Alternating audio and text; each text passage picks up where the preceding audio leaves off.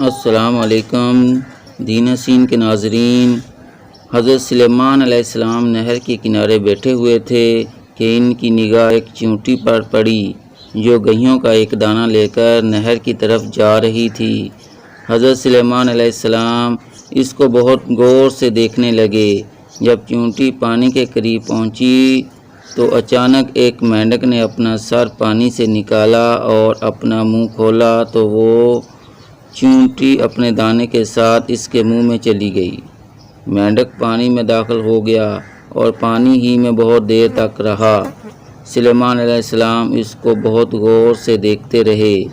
ذرا ہی دیر میں مینڈک پانی سے نکلا اور اپنا منہ کھولا تو چیونٹی باہر نکلی، البتہ اس کے منہ میں دانہ نہ تھا۔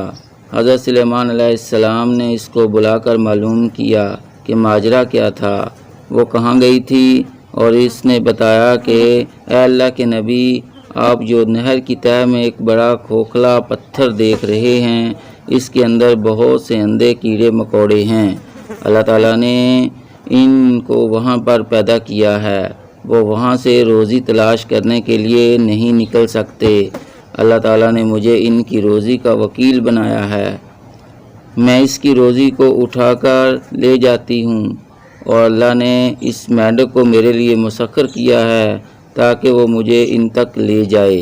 نقصان نہیں پہنچاتا، وہ اپنا منہ بند پتھر کے سوراخ کے سامنے کھول دیتا ہے، میں اس میں داخل ہو جاتی ہوں۔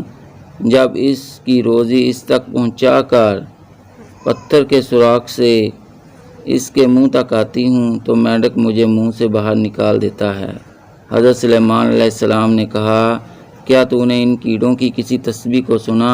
چیونٹی نے بتایا، ہاں، وہ کہتے ہیں اللہ ہے وہ ذات جو مجھے اس گہرے پانی کے اندر بھی نہیں بھولتا۔